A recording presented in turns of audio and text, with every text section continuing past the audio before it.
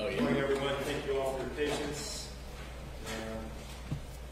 I forgot that I had new arrangements for some that I don't know if I did it before, but I apologize for the delay. We're on the record state of Ohio versus Kirkland, case for B090162 9. The record reflects the jury is not reporting at this point. Mr. Kirkland is present, and there's some matters we need to take care of. Is that correct, Mr. Wendell? Thank you, Judge. Okay, go ahead, sir. Judge, we have marked in the tender for admission Defendant's Exhibit 17. It's an envelope which contains a printout of Dr. Van Eys' PowerPoint presentation that we anticipate using today. It will also contain the actual electronic data, flash drive that will be in Exhibit 17. It's been shared with the state. We don't have any objection to its admission, and we request that be admitted. Case Defense 17 will be admitted. That's a letter for the report and proceeding. Judge, on behalf of the state, there's a number of exhibits that have already been identified by witnesses, and there's a number of all of these, or most of these, will be shown to the defense expert. She's seen the defense has seen the eyewitness objection. I've got a deal list, and a list of the defense counsel list. It's states exhibits 62 through 76. Ask them to base of evidence at this time. Any objection? Thank you, Judge. They have been exchanged. We have reviewed them. Most, if not all, have been part of discovery in the matter. We do not have objections. Thank you. States Exhibit 62 through 76 will be admitted. Okay, anything else in counsel? Thank you, Your Honor. And we'll be prepared for our first witness today, which will be Dr. Van Eys. Probably we will want to break at some time, maybe after her direct, because we anticipate it may be 2 hours or thereabouts. Just for forcing meetings for planning purposes. Do you anticipate that's the last witness? So we would anticipate after the doctor that Mr. Kirkland will be announced on our state. Okay. Thank you. Thank you all. Getting jury in then. All ready, Chris? Friday. Thanks again for coming back. Most important thing, I appreciate that. Anybody have any problems last night? Anything wrong? Okay. Thank you all very much. Ladies and gentlemen, you know the sun's back out today a little bit, so you guys that's pounding on your back, getting too hot or whatever, let me know. We can, close the curtains, do whatever we need to do, or switch seats or whatever, okay? All right, with that, I think we're ready to proceed. Let's call our next witness, please. Your Honor, thank you. On behalf of the candidate, we would call Dr. Patti van Eys. Step on, please, ma'am. Mr. Queen, swear in. Raise your right hand. The solemnly swear to test you're about to give before the court of jury, the truth, the whole truth, and nothing but the truth. That's it. That's your step. So my phone is just probably need to move a little closer to the voice up so everybody can hear you. Please stand. Okay, you're welcome. Good morning. Good morning. Could you give us your full name and spell your last name for us, please? Yes. Dr. Patti van Eys, last name is lowercase v-a-n space uppercase e-y-s. And what is your professional address? My professional address is 301 South Perimeter Park, Nashville, Tennessee. And how are you currently employed? I'm employed by a large foster care organization called Omnivisions. I'm the chief clinical officer for that organization. We take care of complex children who have histories of abuse and neglect, and about 1,200 children in our company. Do you hold any professional licenses? I do. I am licensed as a clinical psychologist in Tennessee. In Tennessee, a psychologist also has a designation called health services provider, which means that I'm the kind of psychologist that can see patients, clients, be paid for services, rather than just an academic psychologist, for example. Okay. And doctor, what would you say is your professional passion? my passion is really understanding young people who have come from really hard places. The children that I serve are children who have been taken from their homes due to abuse and neglect, due to the family systems not being able to take care of them and meet the needs in order to help them develop into healthy people. And I began really developing this passion back in my first job. By virtue of my husband's work, we were placed on the border of Tennessee and Alabama, and I worked in Huntsville for my first job. That's just kind of where I landed. And it happened that in the early 90s there was a place called the National Children's Advocacy Center, which was the very first center of its type. Now in Tennessee we have over 40 of these advocacy centers. You have them here in Ohio, many of them. And this is where children who've been abused go and get their needs met in one place, in a child-friendly place. Alabama had the first one, and at the time it was the only one, the National Children's Advocacy Center. I happened to get a job there, and it changed my life, because what I learned is that children who have allegations of abuse and neglect, who even have to come into the system itself can be very traumatic for those children. And this was a movement that helped us as a system do better for children. And I became involved in forensic evaluations of these children, of therapeutic services for these children and their families, group therapy, individual therapy. I worked with adults who had had backgrounds of abuse as well in that same context. We call them adult survivor groups. And this was very early on in terms of even our mental health culture knowing anything about abuse. It wasn't something I learned about in graduate school, which I went to graduate school in the 80s. And it was not, we didn't have courses back then. It's like, as a culture, we didn't want to talk about it. We didn't want to think about what was happening to our children. So at the National Children's Advocacy Center, I got involved with the movement. And from there, we have now national and international advocacy centers where the whole team works together to try to do a better job with our children in this day and age. We've come a long way. And what would be a forensic evaluation? What does that term mean? So in terms of children who have allegations of abuse, there are structured interview techniques that help us to determine, did the abuse really happen? And the nature of that abuse, and trying to pull out more of the details so that we can understand what happened to a child, and then eventually make sure that that gets the justice that it needs in the court of law. Are those same techniques and forensic evaluations used for adults as well? Those are used for adults as well. And that would be part of your experience in evaluating adults and family members as well? Yes, in a general sense. Very good. After your position with the Advocacy Center, well, let's back up. Yeah. Tell us a little bit about your educational background, even before that. Oh, sure. I got my bachelor's degree in Indiana at DePauw University, and in psychology. And in that context, my advisor said to me, you know, there's a great clinical psychology graduate school in Bowling Green, Ohio. And he said, our students from our clinical program in DePauw have really good experiences in that clinical program. It's a PhD program, and I think you should apply in Ohio. Well, interestingly, my actual roots are in Ohio. I was born here in Cincinnati. My folks are from Michigan and then in Ohio. So I'm like, well, I can, you know, I'm already in Indiana. I'll just stay in the Midwest for a while. So I applied to Bowling Green State, and indeed it was a really solid clinical psychology program. I was accepted, and I did both my master's in clinical psych and my PhD in the context of the clinical program here in Ohio at BGSU. Part of being a PhD in clinical psychology includes doing an internship. This is a very competitive process. You have to apply all over the place and hope that somebody will take you into their program, and you can't get your PhD without this other piece.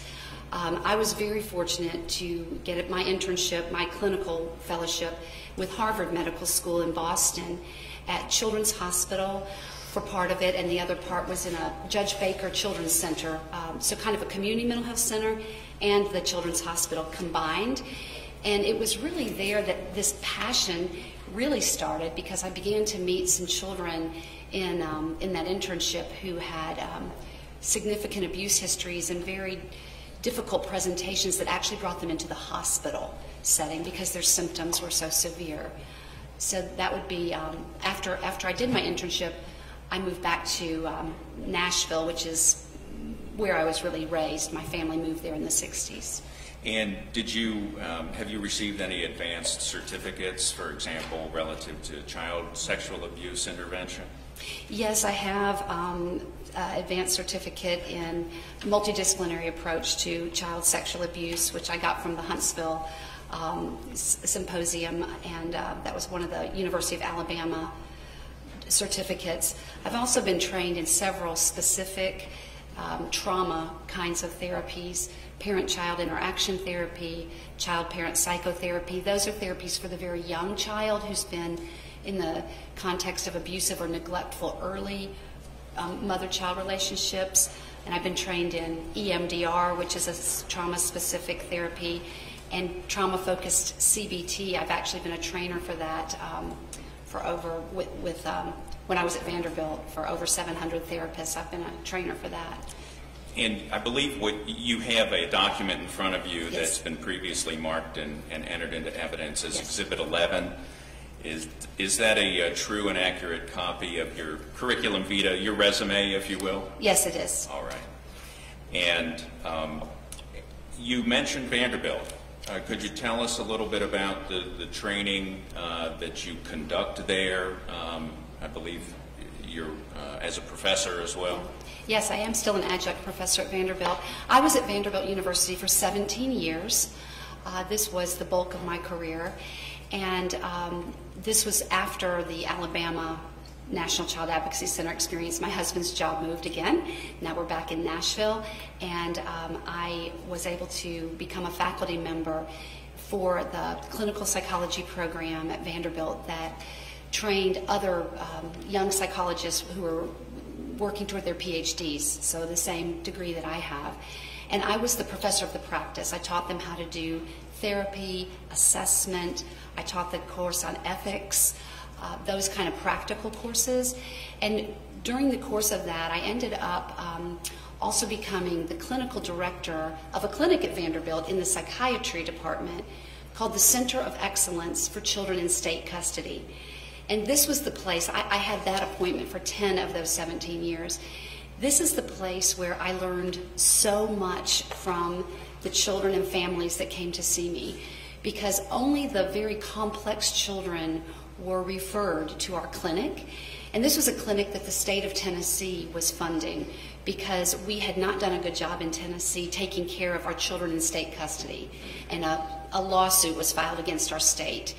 And these centers of excellence, there are 5 of them in Tennessee, all in academic universities.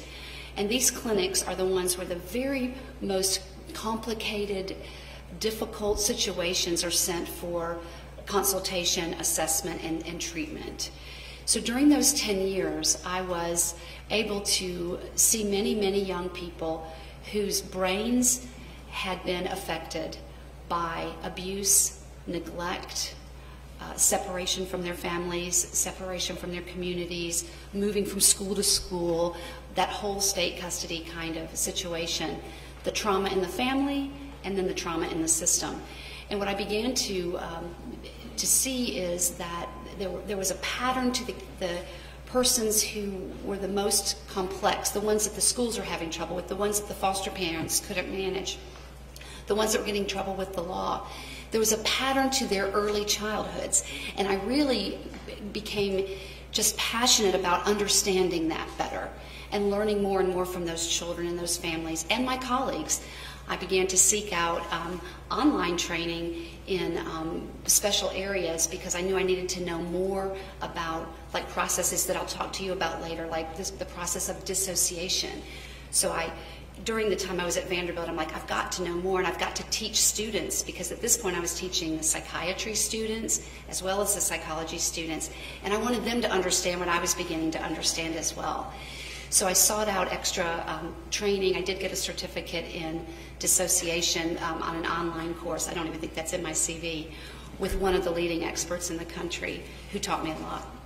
And then you've had a private practice as well all throughout, correct? What does that consist of? Small private practice where very select patients that might learn about my particular specialty area with these very difficult children. Some of the people that would call would be families who had adopted a child, and the child who had been adopted had the first part of their life in kind of deprived situations. Some of them, for example, were from international adoptions, and they had been in orphanages, and their early brain development had been quite compromised. And what the parents were up against were really difficult behaviors, like defiance, and sometimes behaviors like, defecating at school and at home, and these were children who were old enough to be toilet trained, but things that had actually become embedded in their neurobiology from early. Those kind of families sought me out, and I saw some of those. In the course of your professional work, you certainly have had the opportunity to evaluate adult survivors of stress in their home. Yes. It's certainly a large portion of your practice as well. Would you say that? I would say that the biggest part of my practice, my specialty area, is child and adolescent. All of those children come with a family. And so I've also come to really understand and appreciate and learn about their birth parents and what happened to them, and the multi-generational aspects of family violence and how that's affected the adults. But I have assessed a number of adults in my practice as well through the years. And do I understand it that you've contributed chapters in psychology books relative to child sex abuse assessments? I have. Could you tell us about that? Yes. One of the more recent chapters that I wrote is called Treatment of Post-Traumatic Stress Disorders in Preschoolers, Children, and Adolescents, the Clinician's Response. That's the book's name. And I wrote a chapter in that giving a case example of a teenage girl that I had treated who had this kind of history of early neglect. In particular, her mom had not been able to care for her because of substance use, and also violence in the family between the mom and the dad. And I was able to submit a chapter in this book, and I'm sorry, I said that wrong. My chapter was named Treatment of PTSD in Preschoolers, Children, and Adolescents, Clinician's Response. The book is called Translating Research into Practice, a desk reference for practicing mental health professionals. Have you also had occasion to teach a number of peer-reviewed presentations and other professional works and technical reports? I have, and before I go to that, I'd like to mention one other out of my publications that I think is something that the jury may want to know about, because it's about assessment. Yes, please. I wrote another chapter in a book. The book is called Handbook of Child Sexual Abuse, and the chapter is Comprehensive and Therapeutic Assessment of Child Sexual Abuse, a Bridge to Treatment. And this again gets back to my passion of bringing together how we need to understand and frame what happens to children, how that affects their development, how that affects their futures. We have to understand first, assess first, before we can get the correct treatment. And one of the things that I just see so often is that we look at symptoms as behavior problems, as if the child even has a choice. And what we don't look at is that they're wired up for those behaviors, and it's really not in their control to do something differently. And once we understand that, and we can get the caregiving system to respond to them differently, that's when we can start to help children heal. And so that chapter is important to me for that reason. Very good. And then the additional professional works, technical reports, and presentations, I take it you've probably done one or two. Yes, I have. There's many things that I have contributed to, and I don't think all of it is really even worthy of talking about, but I'll pick out one thing out of my technical reports. I was part of writing what are called best practice guidelines for the state of Tennessee for our Department of Mental Health. the psychologist at the Department of Mental Health asked me to head up writing best practice guidelines for 2 areas. One, post-traumatic stress disorder in children and adolescents. The other was attachment disorders in children and adolescents. And again, these are things I'll be talking to you about more so you can understand those concepts. But it's important for you to know that I have been, in my state, recognized as somebody who can be helpful to contribute to those kind of best practice guidelines. Very good.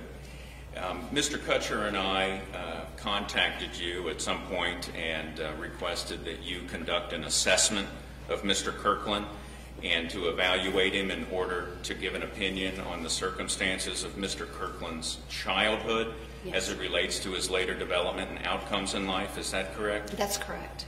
And ultimately, you prepared a report of your findings.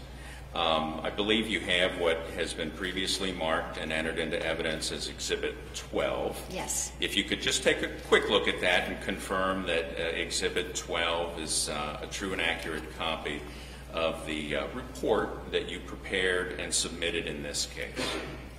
Yes, this is my report. Very good. And if at any time you need to refer to that report to confirm a date or time or place, something like that, please feel free during your testimony if you need to. Okay. Ultimately, and we will talk about the specifics and the contents of your report in a little bit, but ultimately you were able to develop some opinions. Is that correct? That is correct. Very good. After your interviews, after your review of records and reports, were you able to make a clinical diagnosis of Mr. Kirkland? I was. And what is that diagnosis? The clinical diagnosis is post-traumatic stress disorder with dissociation, which again I can explain later, Sure. and other specified dissociative disorder. Very good. And we will get into the specifics of that. And I also should say, while you're giving your testimony today, if you would state all of your opinions and facts here to a reasonable degree of certainty, that would be helpful for Yes. all of us.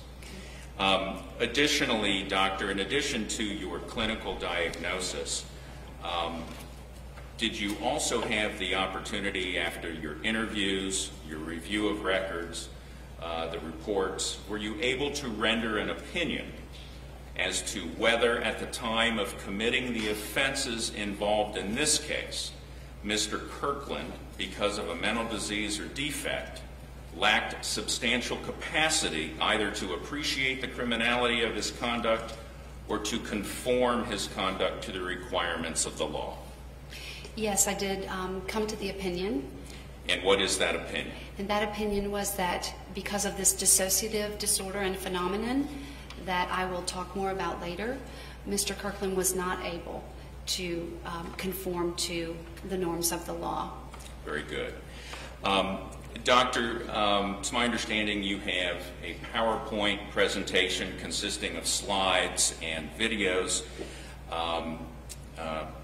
Would that be of assistance to you in explaining the concepts that we've described here, and would that be of assistance to the jury to understand them?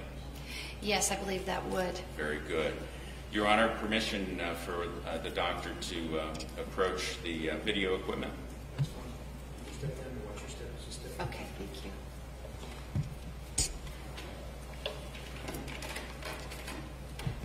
It is helpful, obviously, I think, to everyone, including the court reporter, if she can grab Mr. Ryder. I know you got the on? Okay. I think we may just need to turn it. I'm not sure. Oh, there it is. Hello. Okay, now I might be getting feedback here, though. Very good. Let me turn that down. Are you guys okay with my volume, or is it bombarding your ears?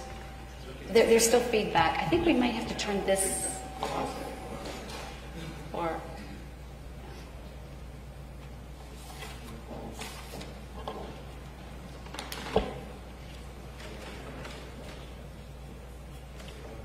Can you go ahead and try it again, man? Okay, can you hear me now? could we turn this one all the way off maybe? Is that good? We got it. Got the sweet spot. No, don't move, right? Okay. Okay. Yeah. All right. Absolutely. Thank you, Doctor. I think our volume's good. Please go ahead and with your PowerPoint. Okay. This is a PowerPoint that I have given on many occasions. We actually didn't talk about my presentations, but I have given this talk on early brain development, or a talk like this, across Tennessee as well as nationally. And in fact, I think that's how the attorneys know me, is I was doing a presentation at a conference around this topic. So what I'm going to try to help you understand is what I really like to help a lot of people understand, because I think it's so important that as a culture even, we understand kind of what's happened to kids that brings them to places where they are not able to appreciate the law. And so this is a talk that will take you on a kind of a journey of the way the early brain wires up from its foundation. And I like to start with this, what fires together wires together. Because what happens in the brain is that there are neurons, nerve cells, that get excited when something is happening. Like if the light is coming in the window, my visual nerve cells, your visual nerve cells, are activated.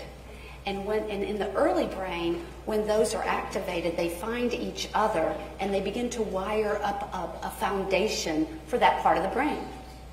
So that's the wires together, fires together, wires together. So let me start by just telling you how phenomenal the early brain is. You can see this picture of the newborn brain and the 6-year-old brain. So you can see how much the brain changes over those 6 years, the volume. By age 3, the brain already has 80% of its volume. And oftentimes when I talk to folks about this, they're like, really?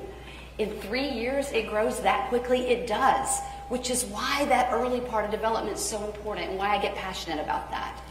A baby's brain doubles in the very first year of life. So as you can see by this graph, from conception down here, this is when we're born, to just 7 years old, now we have 92% of the brain volume finished.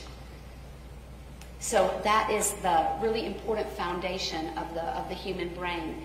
Neural synapses. This is what I was talking about earlier when I talked about you've got nerve cells. They're called neurons. We've all got them. We are born with more neurons than there are stars in the Milky Way galaxy.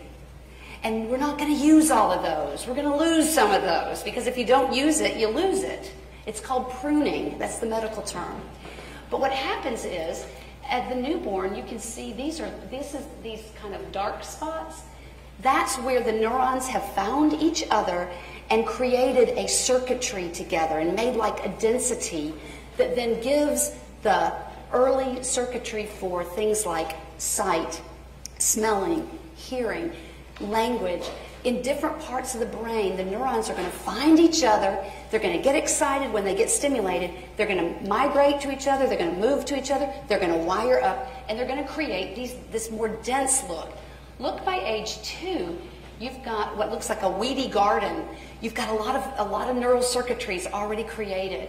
And by adulthood, it doesn't look that different. But what's happened is in between here, some have pruned off, because if you don't use it, you lose it, and some have grown stronger. So this is a wonderful slide from the Center on the Developing Child at Harvard. And if you're interested in learning more for yourselves later, this is a good website to go to. You'll find a lot of interesting information. But if you look at this graph, I want to draw your attention to this first year of life that's in this pink box here. So right here is birth, and then here is the 12 months hence. Notice the yellow graph, the yellow line, shows you that the sensory pathways, those are all the senses, sight, smell, hearing, taste, touch, all of those sensory pathways or circuitries are formed by 2 months of age. I know some of you have children, grandchildren, nieces, nephews, or take care of children. And if you've ever been around a newborn baby, they are making so many neural connections quickly per second. We'll talk about that in a minute. More than 1 million per second. But by 2 months, already the foundation for senses is laid down. Notice the blue line. By 8 months, the language foundation is already made. And you know, we, in my profession, we're always saying to parents, we're saying, talk to your babies. Talk to them. Come on. And they're like, why? The baby doesn't talk. But it's because this is happening. And every time a caregiver talks to a baby and a baby responds and they do this thing, those neurons are excited, they find each other, and they wire up a foundation for language. Notice that the higher thinking functions, we call them higher cognitive functions, the foundation is laid by age 5. There's a little more time for that foundation to lay down, and it's this part of our brain primarily. We call this the prefrontal cortex. You know, we go, why didn't I think of that? As human beings, we just sort of do that. But we're absolutely right. That's the part of our brain that thinks. So we have this natural knowledge in our own selves that this is our thinking part of the brain. When we're worried, we kind of feel it there, right? When we're concentrating, we think about it there. What I really want you to look at here, though, is how one thing builds on the other thing. And you're not going to have good higher cognitive function without that good language function. Because what fires together wires together, remember? So this is going to be a very important concept. It is what the environment pours into the developing brain matters. Why does it matter? Because it's what excites the right nerve cells that then find each other. So the visual cortex in our brains, that's right back here. And in order for that to have wired up in each of you, you had to have light from the environment. The neurons got excited, they found each other, they wired up. For language to happen in the brain, there has to be talking to the child.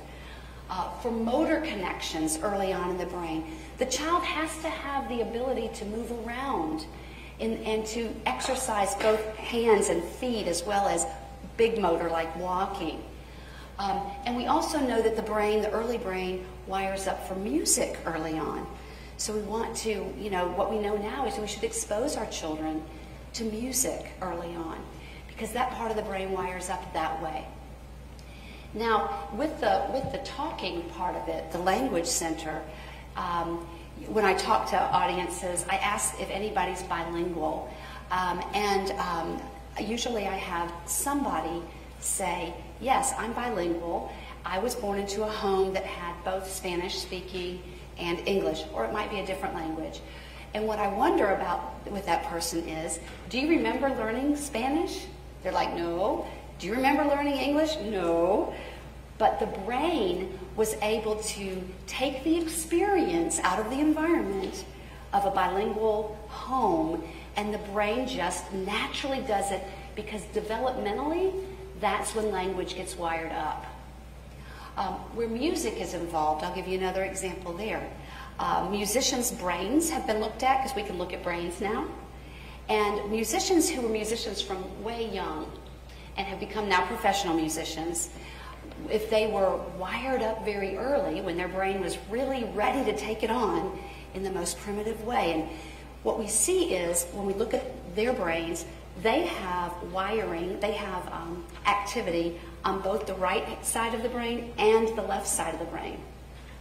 Whereas somebody like myself, I love to sing. I'm from Nashville, after all. And if you were to look at my brain, I wasn't trained early. Mine would light up on the right side, most likely. So your brain would actually be different from a professional musician? Yes, Okay. yes. Because of this early exposure. So, because the early brain has there's certain what we call sensitive periods. And if you put the right stuff in at that sensitive period, the brain will adapt to the environment differentially, which is an important concept that I'm going to help you learn about around a concept that we're going to call attachment. So this early environment just really, really matters. Let me bring that even more home with a couple examples here that scientists have learned about the early brain. There's a kitten experiment with Drs. Hubel and Wiesel. These are researchers. And what they were interested in was in newborn kittens, and they're trying to make the point this would happen in humans too, right? But they can't use humans. If we put newborn kittens in the dark and we did not allow them to have any light whatsoever, would their visual part of their brain wire up? And you all already know the answer to this because I've already foreshadowed this for you. What they learned is that there was a very important time in their development. It was a 2-week window.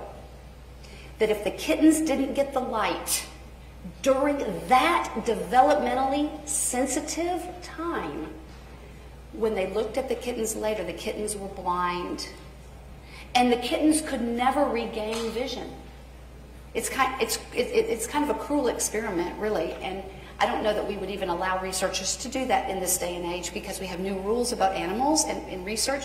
But back when they did their research, this is what they discovered. So the scientists were like, wow, that means humans likely have also a sensitive period for various things to happen in their brain. And if they don't get the right stuff, those things might not happen. And in fact, we have some examples. We have examples of what we call feral children. Children who were either, there are some terrible examples in history of children who were maybe kept in a closet because they were developmentally abnormal at birth and the parents couldn't stand to have them out. There's some documentaries about that. And they did not get light, and those children are blind. And there's other examples of children being raised with animals, and they look different. They don't have language, right? And they can't learn language later because it had that sensitive time got passed over. So the next experiment was with mice.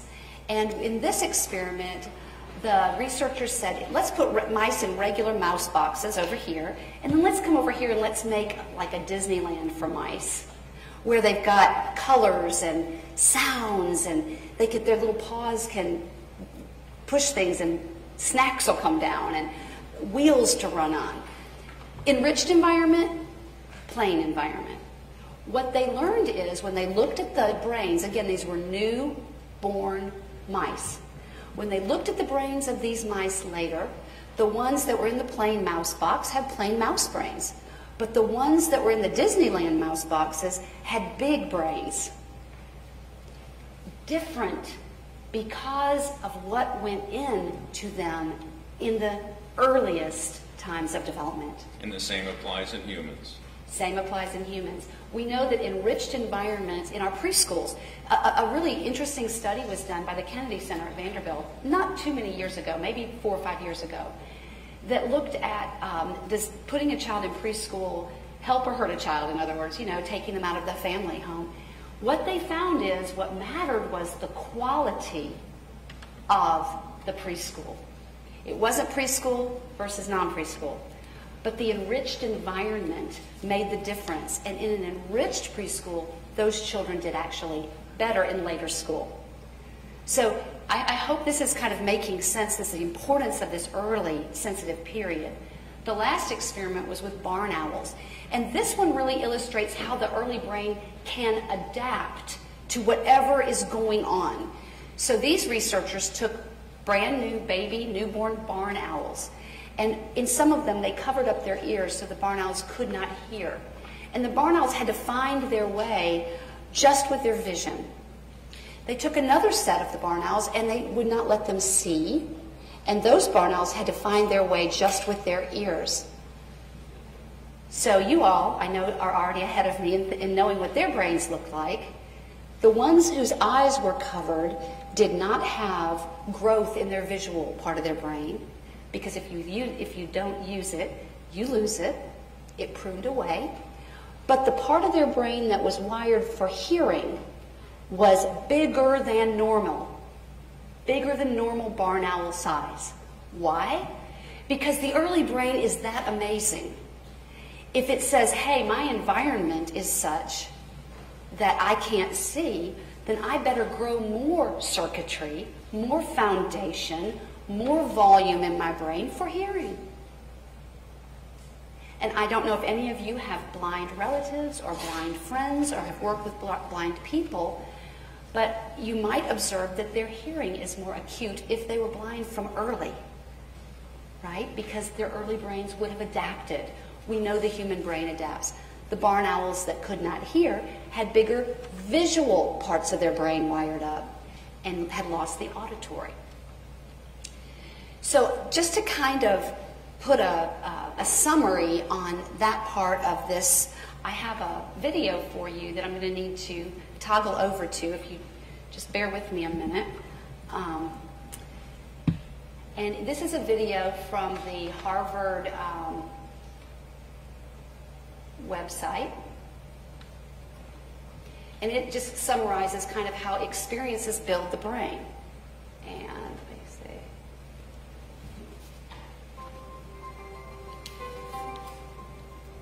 A child's experiences during the earliest years of life have a lasting impact on the architecture of the developing brain. Genes provide the basic blueprint, but experiences shape the process that determines whether a child's brain will provide a strong or weak foundation for all future learning, behavior, and health. During this important period of brain development, billions of brain cells called neurons send electrical signals to communicate with each other. These connections form circuits that become the basic foundation of brain architecture. Circuits and connections proliferate at a rapid pace and are reinforced through repeated use. Our experiences and environment dictate which circuits and connections get more use. Connections that are used more grow stronger and more permanent. Meanwhile, connections that are used less fade away through a normal process called pruning. Well-used circuits create lightning-fast pathways for neural signals to travel across regions of the brain. Simple circuits form first, providing the foundation for more complex circuits to build on later.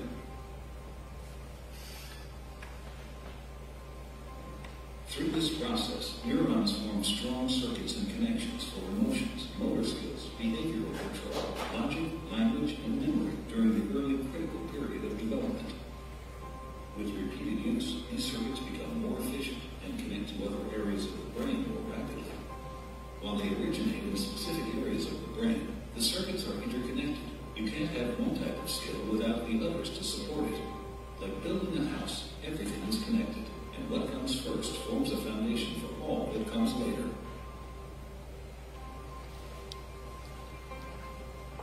Thank you, Doctor. Yes. So do I understand it then? Wait till you get ready.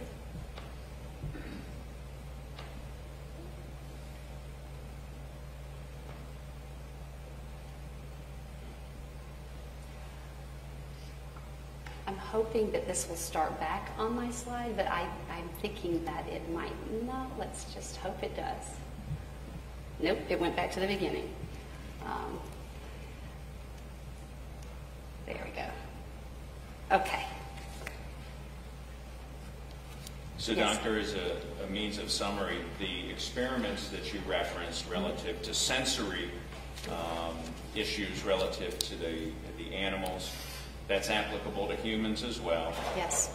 And the brain development, early brain development, perhaps in those first few years of life, is the most essential for human development? It really is, because it builds that foundation. And if that foundation, like building a house, is weak, everything that comes after it builds on top of that.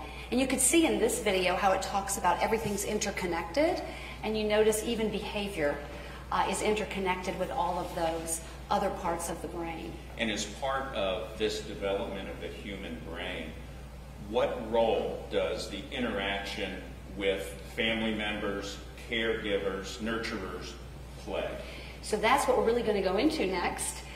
It plays the essential role. Tell us about that. So again, what fires together wires together. What comes from the environment to the child, the experience, is what is going to excite the right kind of parts of the brain to wire up. And the other piece to development that I didn't mention when I was showing the pictures pouring in, this is the most important piece. If we had another picture, we would be pouring in relationship. And this is what we call attachment.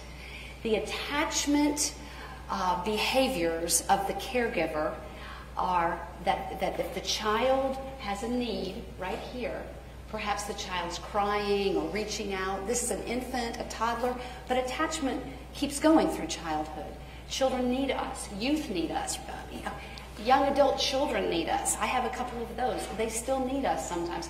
They have a need, they cry, and they reach out. If the need is met and that caregiver is responsive, and every time the baby kind of cries out like, "Rah!" and the caregiver says, "I'm here," each time that happens, consistently and predictably, what happens is that baby's brain, which is on high stress, right? You've seen newborns. They turn all red and they do their hands like this, right? And they're like, "Ah!" and they get all red in the face. What's happening to the newborn is they cannot survive without the adult. So they are calling out for help. And in that calling out, they actually have stress hormones in their brain.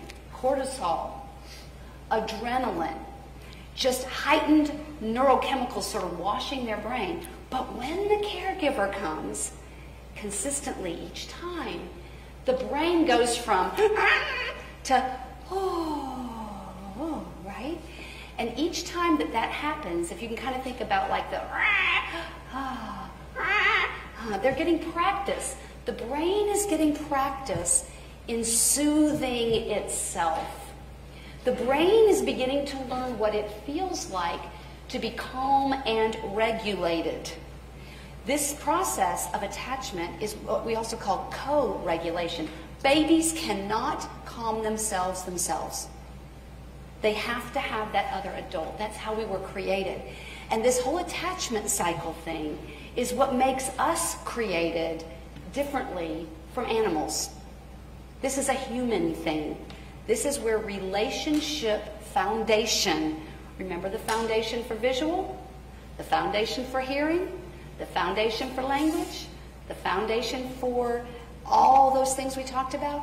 This is the foundation for relationship.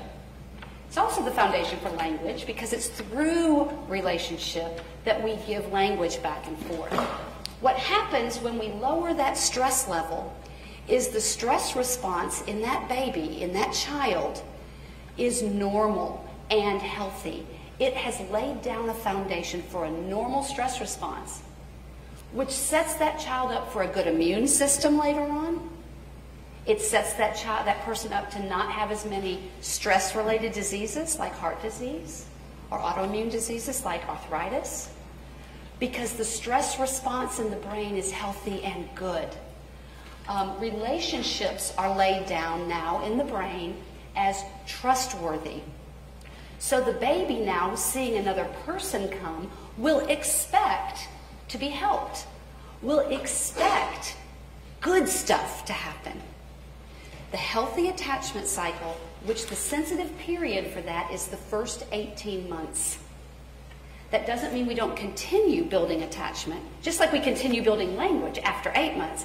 But the foundation is laid in the first 18 months. And this is what I really want you to understand, because when we don't have that kind of environment that supports this, bad stuff happens. And we're going to talk about that later. What would an example of a bad environment be? What would... So anything that interferes with the caregiver being able to be consistent and predictable and nurturing, and there's another word that I want to use, attuned. The caregiver understands what the baby needs. The caregiver begins to read, oh, that cry means you need your diaper changed, and that cry means you're hungry, and I'm not sure what this cry means, so let me just figure something out. Maybe you need to be bounced. You've all been there. You know what I'm talking about. Consistent caregiving figures it out. If you don't have that consistent caregiving, because maybe the caregiver is depressed, maybe the caregiver is getting beaten up by somebody, domestic violence in the family, which takes away her or his capacity to parent, then you're getting in the way of this caregiving system. You're getting in the way of attachment. And just like those barn owls' brains, the baby's brain is going to have to adapt to an environment where it doesn't get its needs met. And I will show you that cycle in a little bit. With healthy attachment, you mentioned that this lays down a good, solid foundation for the future. Right, and because it yields these things right here on the screen. When you wire up the healthy attachment cycle and you help the brain wire up around understanding what it feels like to be soothed, understanding what it feels like to be in what fires together wires together. So if my brain soothes because a person is there, I'm wiring up relationship trust. So it yields healthy emotion regulation because, again, the kids that I work with, guys, they have so much trouble with their behavioral control. People will say they're not regulated. They don't have self-control. They can't hold it together. They go from 0 to 100 in anger really quickly. Why? Because their brains weren't wired up well to start with, and they don't have a foundation to work from that allows them that control. A good attachment experience helps the brain develop emotion regulation or self-control. It also teaches the brain to trust and have empathy for others because relationship is wired up with good. Imagine if relationship is wired up with being beaten or with being not fed. You're not going to wire up then for trust.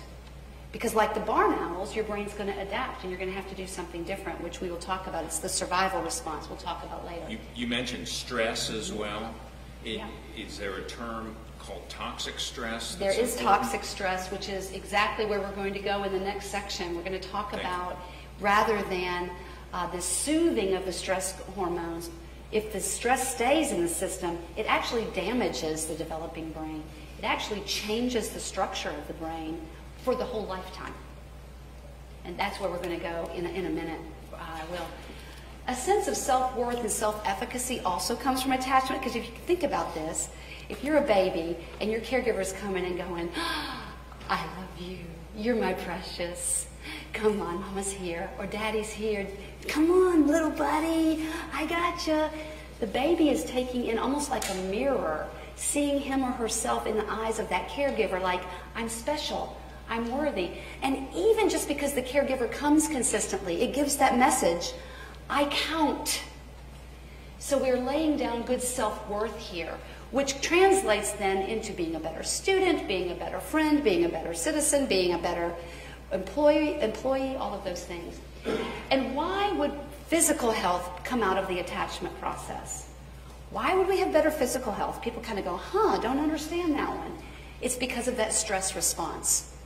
If we wire up a healthy stress response, we're wiring up a good stress reaction to the world, and the immune system works well. What we know is if you have toxic stress in your environment early on, your brain wires up differently, and those people are at high risk for cancer, heart disease, autoimmune diseases, mental health problems, and a lot of other things that we'll talk about later. And finally, better learning abilities. This one makes total sense, right? Because what we know is that if a child has a good attachment, they've had this good language thing going on, which is laying down their brain for learning, and they have good problem solving. The consistent caregiver will say, hey, now come over here with mommy. Play with the light switch. See how the lights go off when you do that? Teaching cause and effect. That's what good caregivers do. They say, look, this is the red one and that's the blue one. They're beginning to teach cognitive skills.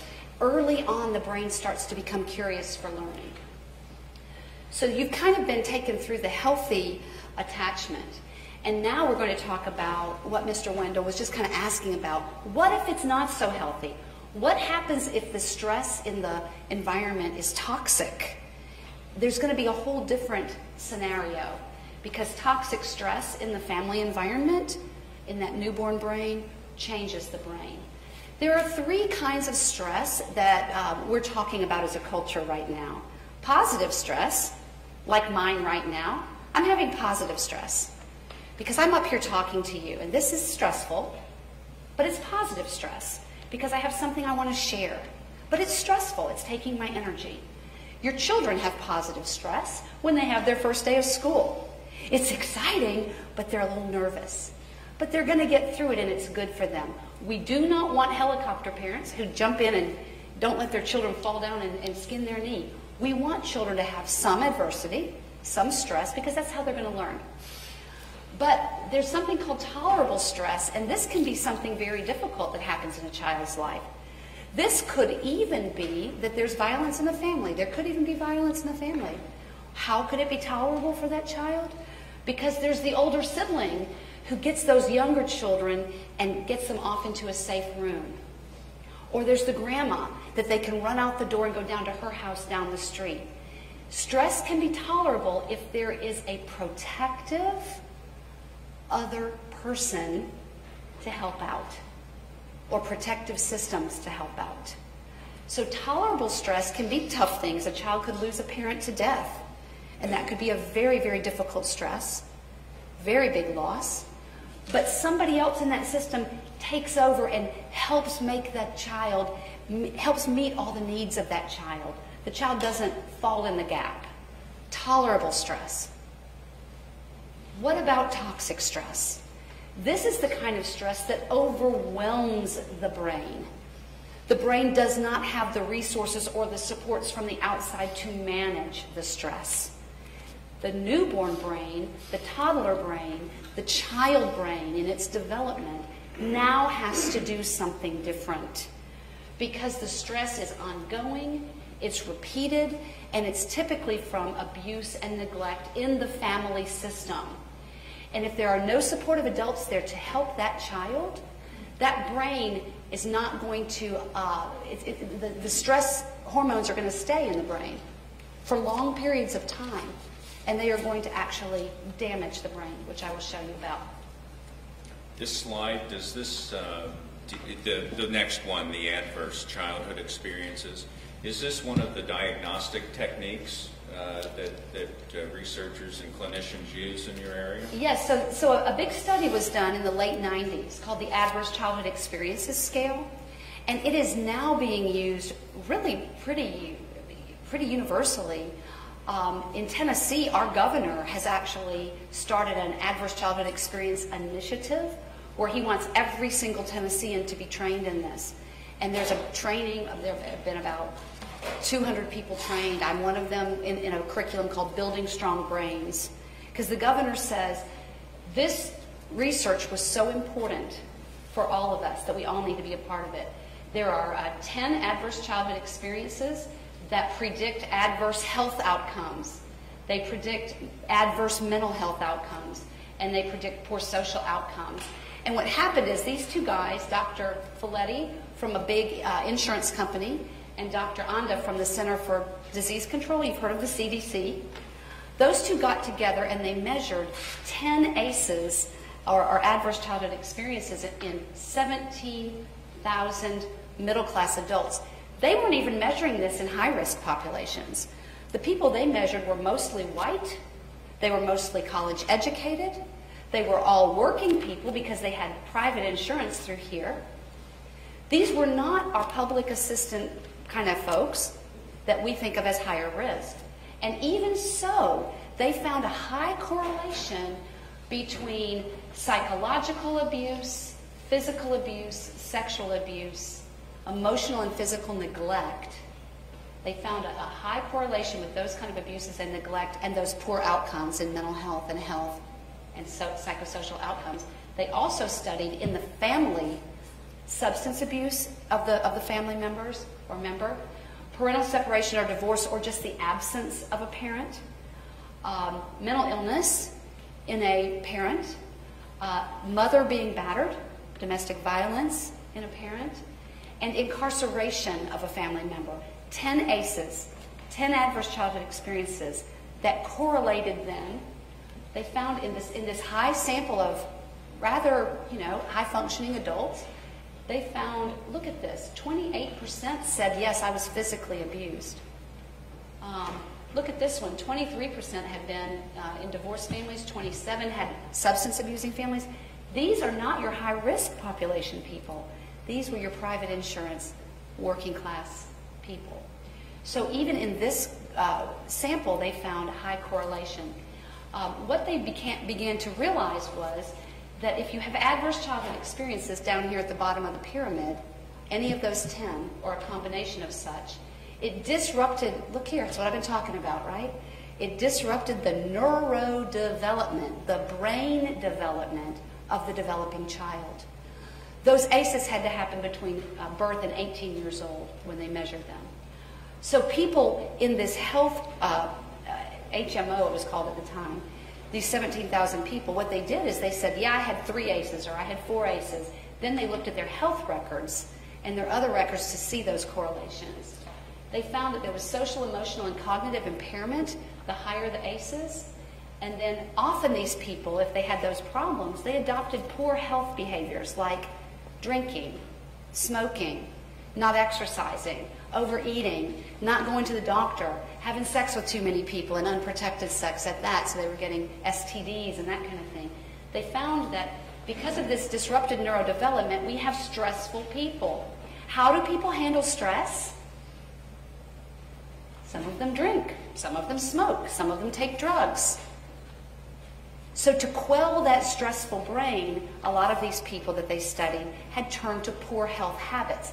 But even those who had not turned to poor health habits still had higher rates of heart disease, cancer, etc., suicidality, and what have you. This disease and social problems still rose, but it was really impacted if they adopted health risk behaviors. And what they found is with an ACE of 6 out of 10 or more, early death occurred, 20 years earlier death occurred in that original sample of those not high-risk people, in that original sample of people like us. So when you mention an ACEs score, what is the range and how does that work again? Could you So explain that you can for have me? 0 ACEs if you were really raised in a very high-functioning situation, or you could have 10 ACEs. And what we know is that ACEs of 3 and more usually have some correlation of, and by the way, I should have said this, you're at risk for those outcomes. It doesn't mean you'll have those outcomes. You're at risk for those outcomes. Just like you might be at risk for breast cancer because of a genetic predisposition in your family or heart disease, you're at risk.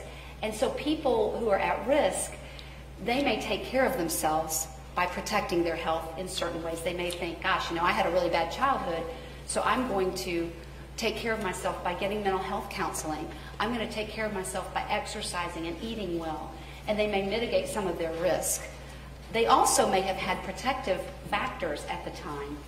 So even somebody, I have a colleague who has 10 ACEs, and she is the chief quality officer of my company.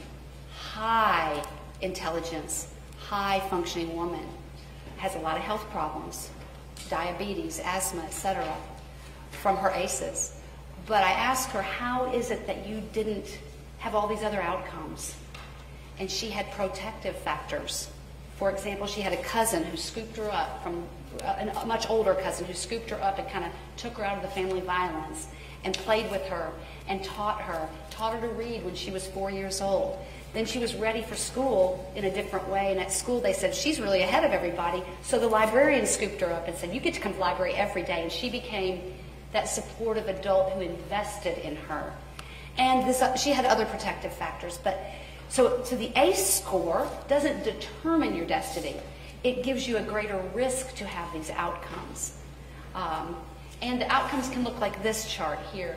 And again, notice, the higher the ACE score, the higher the risk.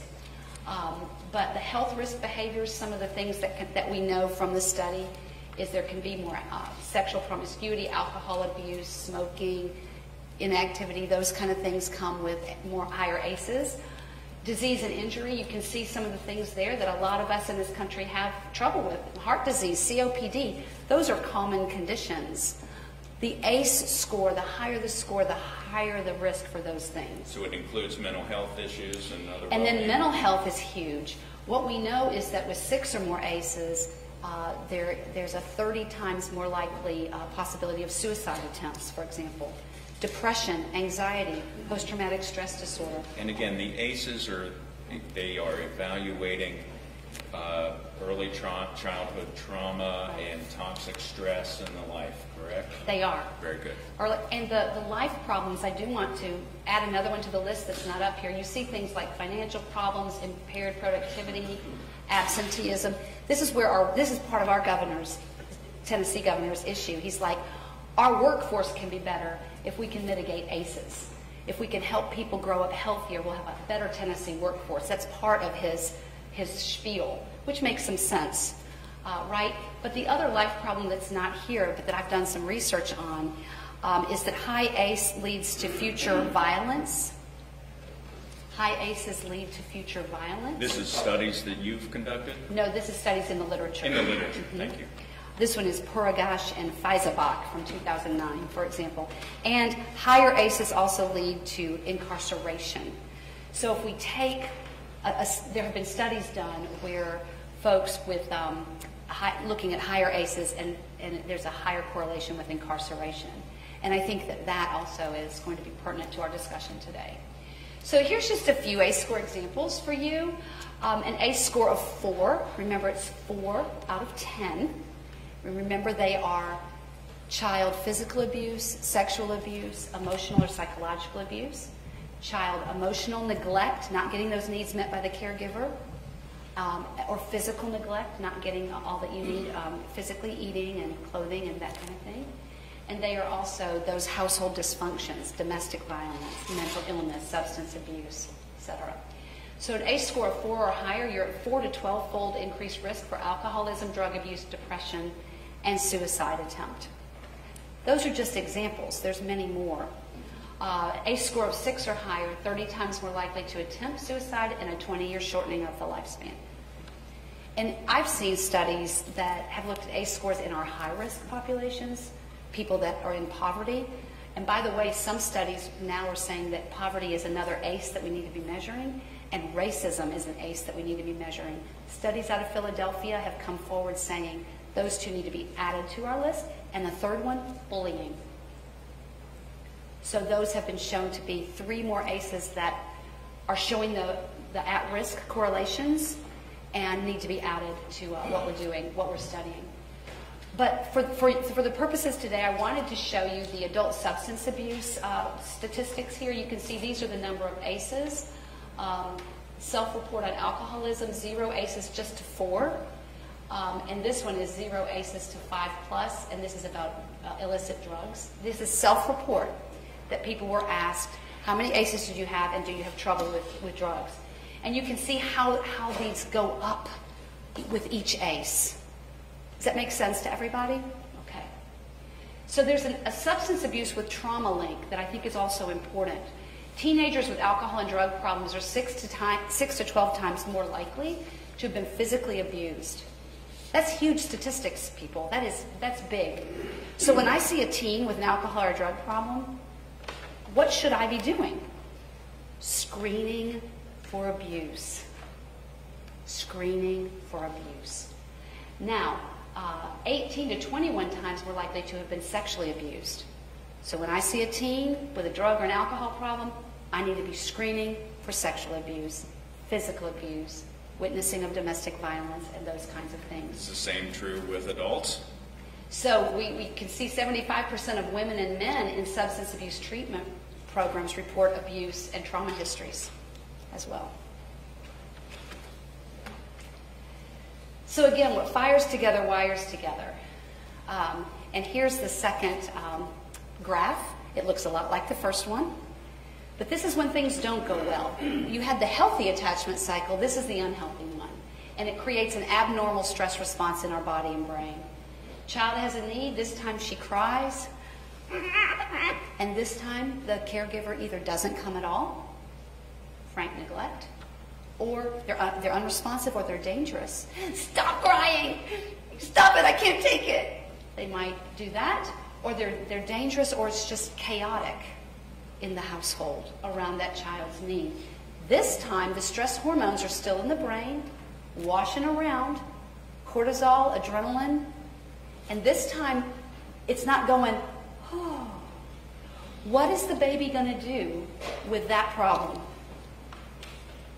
The brain, which is developing 100 million neurons, neural synapses per second, 100 million synapses per second in the newborn baby, the brain's going to adapt. Because that's what brains are good at, like your barn owls. And what's going to happen is that chronic stress or toxic stress is going to put the brain into the part of the brain that we call the limbic system, or the amygdala is a little structure in the brain. We all have one. You've all been in a situation where you've gone, right? That's your amygdala giving you an alarm that there is danger right there. You all know what that feels like. Your heart starts to pound, you sweat, your pupils dilate, all that stuff happens. It gets your body ready to run or fight. Or, in some people, those get bypassed and we freeze. You know, like the possum. Fight, flight, freeze, survival. What happens when the caregiver consistently is dangerous or neglectful, the brain wires up differently. It adapts like the barn owls. And now we have an enlarged part of the brain, an overreactive system to threat. We don't wire up for trust. We wire up for self-control, taking care of myself. And the way the brain takes care of itself, if it wants you to live, if it wants to keep you alive, it puts you in survival mode. All of us have that. If we are threatened to the point where we feel helpless, overwhelmed, and our coping resources aren't going to work in the thinking part of our brain, the survival part of our brain just kicks in. So the brain is actually changed in humans. The brain is changed. And what are the three responses generally? Fight, flight, or freeze. And relationships then are considered traumatizing, right? Instead of being trusting relationships, I see somebody coming at me with a scowl or a low tone of voice that's been somebody who's traumatized me, and my brain reacts into survival mode. And I'll talk more about that, but the internal working model is that you anticipate future harm from other people if this attachment cycle is wired up this way. So what I see in the kids and families that I work with is deep mistrust that's been wired up from early on. Hard to trust people because trust develops in the context of that serve and return consistent relationship. So what actually happens is this toxic stress changes the actual neurons from having a lot of connection in the good parts of the brain to having fewer connection because the brain is going to adapt. And the part that's going to wire up is the threat system, not the trust system, not the relationship system. So what's really happening, if you look at this picture of the brain, I talked to you a minute ago about the amygdala. You can see it's in the very midbrain, kind of tucked deep inside. Now I want you to see this purple part, the prefrontal cortex. This is where we think, and this top part is all stuff that can kind of think, but this is the main part that thinks, that purple place. Now, what a normal brain that's been well attached and had that process, if a threat comes into this amygdala in the center here, there's some connections that go up to that prefrontal cortex. And those get strengthened through time so that, okay, if I think that you're a threat, my amygdala gives me an alarm, but because I've developed good communication to my thinking part, I can go, no, she's a really nice lady. Look, she's really not after you. I can use my prefrontal cortex to help me. The brains that are wired up under toxic stress, they don't make those connections up to the thinking part of their brain. They're weaker connections. They stay down there in that amygdala, and that amygdala gets enlarged. And what we've been able to see on MRI studies is that part of the brain called the amygdala, that threat center, is enlarged. It's a very well-known fact if children are raised in that abusive or neglectful environment, because even neglect causes a survival response, right? Because babies have to survive. So you have an overactive amygdala, which when it perceives, an amygdala cannot think. This is really important. They just react. And they have one go-to, survival response. They can't think. So I'll give you an example of a little girl that I saw one time. And this was just such a striking example. She was in my office at the Center of Excellence at Vanderbilt for an evaluation. She came in with her foster parents. And they said, she was doing okay for a while. We were kind of being able to see that she was getting in relationship with us. But this little girl came from a situation where we had found her out in rural Tennessee. The family had isolated itself from society, and the father was really quite mentally ill. And he was abusing all the children sexually and physically, and abusing the mother physically in front of the children. And this little girl was quite traumatized and quite, when she came into the foster family, when she was picked up at age 4. and she was just she didn't even know how to live. I mean, she didn't know how to use the potty. She didn't know how to eat right. She was a mess. But the foster family had begun to work with her, and when I saw her, it was a couple years later. So they came in and they said she's just started going crazy and melting down every time the father comes near her, the foster father. And so I'm like, oh no, is he abusing her? You know, that's where my mind goes. Is this child being abused by this foster dad now? Which is a terrible thing to have to think, but that's what I'm thinking. Why is she reacting? Well, so we kept working at it together. The foster parent, has anything changed? What could this change in relationship really be about? Let's figure it out. Let's get down to it. That's my job. So we kept talking, and I'm wondering, okay, let's go back in time, and I want you to think of the very first time that she just got reactive and pushed you away. And they began to put the timeline together, and then foster mom goes, oh, I know what it is. And I'm like, what? And she said, foster dad grew a beard. That was the change back then in that month. And I'm like, did birth dad who abused her have a beard? Oh yeah, he had a full face of hair. Here's the point. Her amygdala can only encode the features of something. So her amygdala, facial hair, was the amygdala's trigger point. Because amygdala do not think, it couldn't say to her, but this isn't your birth dad, this is your foster dad. He's safe, he's a safe guy. It doesn't think, it simply reacts in survival. So she started to fight. And once we figured that out, we said, that's a great hypothesis. Why don't you go home and shave? Foster dad goes home, shaves off his beard, not a problem. The amygdala was no longer threatened. And this is such an important point, I think, for all of us to understand. Only the features of something are encoded, not the labels that go with it. So if a child's been physically abused, and she's sitting in her chair, I'm sorry I keep picking on you, but you're right there, sitting in her chair, and so the teacher has a power position over the student, right? Bigger, taller, and she goes, where's your homework? See this? See my brow being furrowed? Where's your homework? And the hand goes out, and the body posture, the amygdala of the physically abused child is going to immediately perceive threat, because that was the same posture of the abusing adult. And that furrowed brow was the same furrowed brow of the abusing adult. And that child may strike out at the teacher, or go under the desk, or do something very reactive. And then what we do with our kids is we say they're a behavior problem. Because the teacher didn't intend anything. In fact, it may have been as simple as, where's your homework? And just the body posture, not even the face. So the amygdala being overreactive and wired up is a huge feature of what happens with the early brain. And you mentioned that that's existent in children.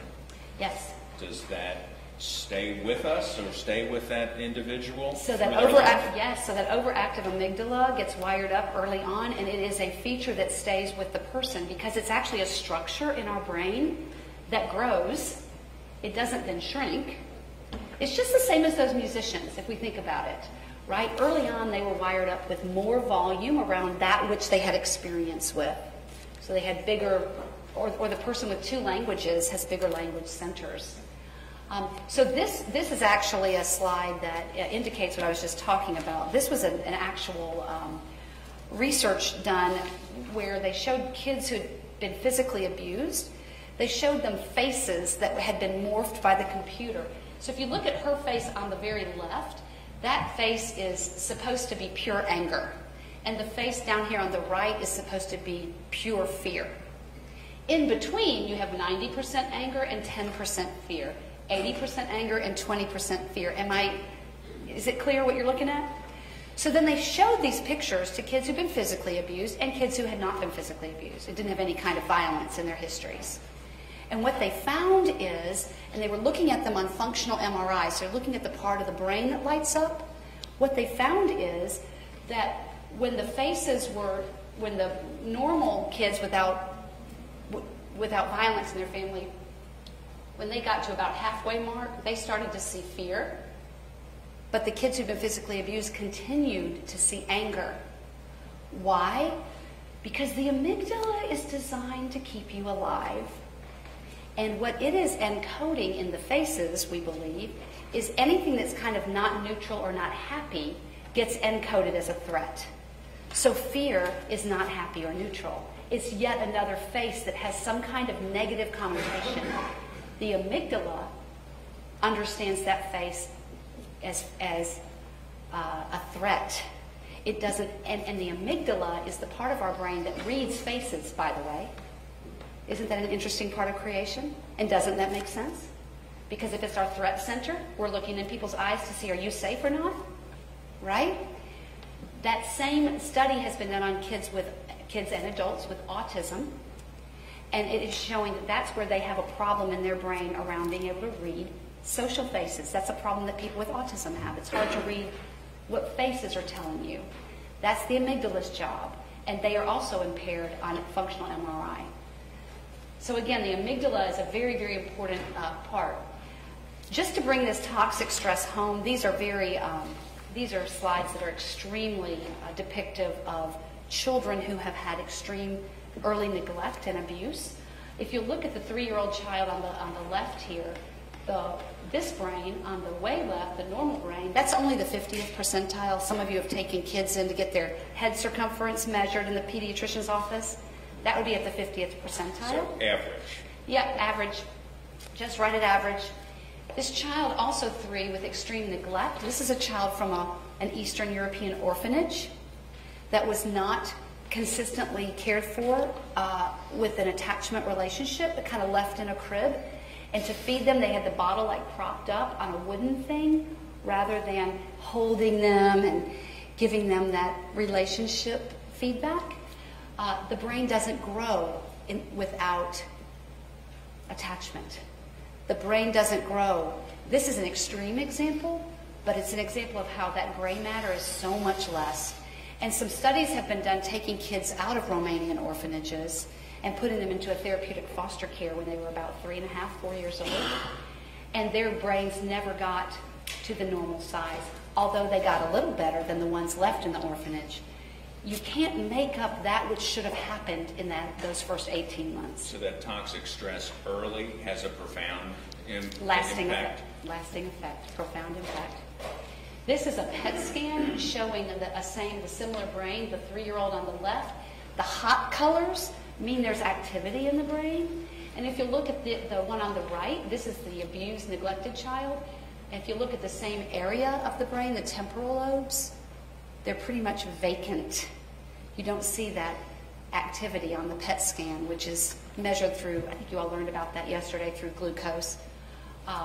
Again, profound impact on the developing brain when you don't get those early needs met. And this video is going to summarize that. I am feeling like people may be getting tired. I would suggest, Judge, that this video is less than 2 minutes. Perhaps at the conclusion of the video, maybe a stretch or a break might be appropriate before we proceed with the next part. Thank you, Judge. So I'm going to show you another video here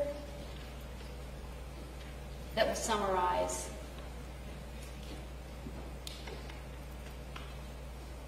This is also from Harvard, Developing Child. Oh. Learning to deal with stress is an important part of healthy development. When experiencing stress, the stress response system is activated. The body and brain go on alert. There's an adrenaline rush, increased heart rate, and an increase in stress hormone levels. When the stress is relieved after a short time, or a young child receives support from caring adults, the stress response winds down and the body quickly returns to normal. In severe situations, such as ongoing abuse and neglect, where there is no caring adult to act as a buffer for the stress response stays activated. Even when there is no apparent physical harm, the extended absence of response from adults can activate the stress response system. Constant activation of the stress response overloads developing systems with serious lifelong consequences for the child. This is known as toxic stress. Over time, this results in a stress response system set permanently on high alert. In the areas of the brain dedicated to learning and reasoning, the neural connections that comprise brain architecture are weaker and fewer in number. Science shows that the prolonged activation of stress hormones in early childhood can actually reduce neural connections in these important areas of the brain at just the time when they should be growing new ones. Toxic stress can be avoided if we ensure that the environments in which children grow and develop are nurturing, stable, and engaging. Thank you, Judge. One thing I didn't say that I need to say here is that prefrontal cortex. I talked about the fibers that should be connecting from the amygdala up, but also the prefrontal cortex itself has less volume. It has weaker, it doesn't wire up as much, it has less volume. That's something else we've been able to see with our research and looking at brains of kids who've been abused, and looking at adults also who were abused as children. The prefrontal cortex is smaller in volume. And that made that point, and I had neglected to say that. Thank you. Yeah. Thank you, Judge. Ladies and gentlemen, do you want to take it? Anybody need a break back? Okay,